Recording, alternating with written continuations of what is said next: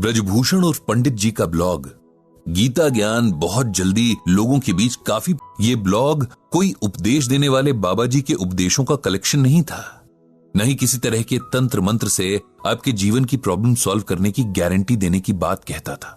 यहां पंडित जी सीधे सरल शब्दों में श्रीमद् भागवत गीता के श्लोकों का अर्थ और उन्हें किस तरह असल जिंदगी में उतारा जाए ये बताते थे। पढ़ने वाले उनसे आर्ग्यूमेंट भी करते थे कि यहां पर ऐसा क्यों कहा गया है, वैसा क्यों कहा गया है, या ये असल जिंदगी में पॉसिबल है ही नहीं, वगैरह वगैरह।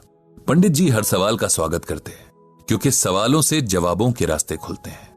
कई बार सवाल हमें उस जवाब तक ले जाते हैं जिसे हम न तो पहले सोच पा रहे थे, न किसी बात को देखने का ऐसा नजरिया बना पा रहे थे। ऐसा नहीं था कि पंडित जी का गीता ज्ञान बस उनके ब्लॉग तक ही सीमित था। अभी भी अपने दोस्तों के बीच सुबह शाम की सैर या हर शाम पार्क में जमने वाली बैठक में वे कभी कभार स्पिरिचुअल डिबेट्स कर लेते थे। वहां भी उन सब में अक्सर मतभेद होते, लेकिन मनभेद कभी नहीं। पंडित जी के दोस्तों में एक वर्मा साहब भी थे। उनका शहर में खूब बड़ा कपड़ों का बिजनेस था जिसे अब उनके बेटे संभालते थे। वर्मा साहब ने तो अब खुद को पूजा पाठ और दान पुण्य तक ही सीमित कर लिया था।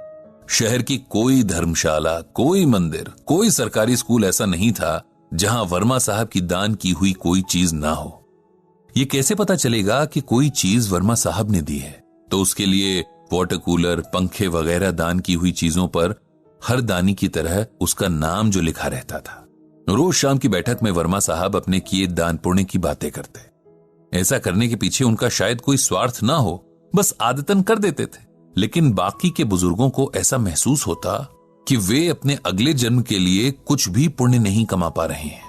अब सब लोग वर्मा साहब की तरह तो पैसे वाले हैं नहीं, अभी भी घर की जिम्मेदारियों से घिरे हुए हैं, और दान तो कोई तब करे जब फैमिली की जरूरतें पूरी हों। वर्मा साहब की कहानी भी बड़ी इंटरेस्टिंग थी। ऐसा नहीं था कि उन्हें सब कुछ विरासत में मिला हो। उनके पिता की शहर के एक बड़े चौराहे पर एक छोटी सी किराना की दुकान थी और फैमिली बड़ी थी, तो बस गुजर बसर करने वाले हालात थे। वर्मा साहब का मन कभी पढ़ाई में लगा ही नहीं। उन्हें तो बाजार की चहल पहल अट्रैक्ट करती थी। पिता की छोटी सी दुकान पर बैठना उन्हें कभी रास नहीं आया, लेकिन मजबूरी थी। पिता ने साफ कह दिया था कि या तो पढ़ाई करो या दुकान संभालो। वर्मा साहब छोटी सी उम्र से दुकानदारी करने लगे।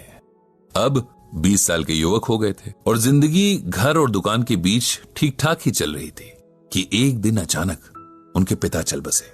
अब जाकर वर्मा साहब को एहसास हुआ कि पिता कैसे पूरे परिवार को बांधे हुए थे। उनके बाकी भाई तो पढ़ाई में बिजी थे और उनकी पढ़ाई के सारे खर्चे इस छोटी सी दुकान पर ही डिपेंड करते थे। इस तरह छोटी सी उम्र में एक तरह से पूरे परिवार की जिम्मेदारियां वर्मा साहब पर आ गईं और कम उम्र में पड़े बोझ ने उन्हें वक्त से पहले ही सीरियस बना दिया था। अपनी मेहनत और बिजनेस माइंड के दम पर वर्मा साहब ने एक छोटी सी दुकान से इस शहर के सबसे बड़े कपड़ा व्यापारी तक का सफर तय किया था। आज उनके बेटों के पास एक सफल कारोबार है जिसकी नींव उनके पिता के पसीने की नमी थी। पंडित जी अक्सर एक बात नोट करते कि तमाम पूजा पाठ और दान पुण्य के बाद भी, जीवन के सारे सुख और सम्मान होने के बाद भी वर्मा साहब के चेहरे पर सुकून गायब रहता, जो एक्चुअली होना चाहिए था। हालांकि वो कभी उनसे पूछने की हिम्मत कर नहीं पाए, क्योंकि किसी से जुकाम बुखार की बात पूछना अलग बात है, लेकिन उनके बिना कहे चेहरे से झांकती टेंशन का जिक्र करना, क्या पता सामने वाले को अच्छा ना लगे। धीरे धीरे वर्मा साहब ने पार्क में आना कम कर दिया। पूछो तो बताते कि तबीयत थोड़ी सही नहीं लगती, इसीलिए नहीं आ पाते थे। सबकी तरह पंडित जी ने भी इसे उम्र का खेल समझा, लेकिन ये खेल कुछ और ही था जिसका पता पंडित जी को जल्द चलने वाला था। जब लगातार एक हफ्ते तक वर्मा साहब पार्क में नहीं आए, तब मित्र मंडली ने सोचा कि क्यों ना उनके घर चला जाए, उनका हाल पूछा जाए। जिसके पास जब समय था उनके घर मिलने गया। समय निकालकर पंडित जी भी गए और वहां जाकर फिर उन्हें वही एहसास हुआ कि वर्मा साहब को शरीर नहीं, मन की परेशानी थी जिसे वो किसी से भी बांट नहीं रहे थे। थोड़ा एकांत मिलने पर आखिर पंडित जी ने वर्मा साहब से पूछ ही लिया कि उनकी इस बेसुकूनी की वजह क्या है, क्यों हमेशा उनका मन अशांत सा लगता है। क्या इसके पीछे परिवार या कारोबार की कोई समस्या है? वर्मा साहब जैसे किसी के इस तरह के सवाल पूछने के इंतजार में ही थे। और पंडित जी के प्रति तो उनके मन में बड़ा सम्मान था ही। जानते थे कि पंडित जी बहुत सुलझे हुए इंसान हैं, सबके मन को समझने वाले और समझाने वाले भी हैं। यार पंडित, मेरा मन हमेशा अशांत रहता है। मैं कितना भी पूजा पाठ करूं, दान पुण्य करूं, लेकिन मुझे शांति नहीं मिलती। मुझे हर वक्त यही लगता है कि मुझसे कुछ कमी रह रही है। मेरी पूजा ईश्वर तक पहुंच नहीं रही है, मेरे दान मेरे अगले जन्मों के लिए पुण्य में नहीं बदल रहे हैं, और मैं सब कुछ करते हुए भी कुछ नहीं कर पा रहा हूं। पंडित जी ने एक लंबी सांस भरी और फिर गीता का ये श्लोक पढ़ा। विहाय कामान यह कर्वान पुमांश चरति निस्पृह निर्ममो निरहंकार स शांतिम अधिगच्छति। इस श्लोक में भगवान श्री कृष्ण ने अर्जुन से कहा है कि जो मनुष्य सभी इच्छाओं और कामनाओं को त्याग कर ममता रहित और अहंकार रहित होकर अपने कर्तव्यों का पालन करता है, उसे ही शांति प्राप्त होती है। अब सरल शब्दों में इसका मतलब सुनो। जब हम कोई भी काम करते हैं, चाहे वो अपना रोजमर्रा का काम हो या किसी की मदद करने जैसा काम, यदि हम किसी भी तरह के स्वार्थ या अहंकार से भर कर करते हैं, तब हमें किसी भी तरह से उस काम का सुकून नहीं मिल पाता। अब जैसे हम किसी की मदद करना चाहते हैं, देखा जाए तो ये बहुत अच्छा विचार है, लेकिन इसके साथ ही हम ये भी सोचते हैं कि भाई हमारी वाहवाही हो, इस मदद या दान के बदले हमें पुण्य मिले, हमारे पाप कटें। तब हम निस्वार्थ भावना से दान नहीं कर रहे। इसीलिए हो सकता है कि हमें पुण्य तो मिल जाए लेकिन शांति न मिले। ये रूल जीवन के हर काम पर लागू होता है।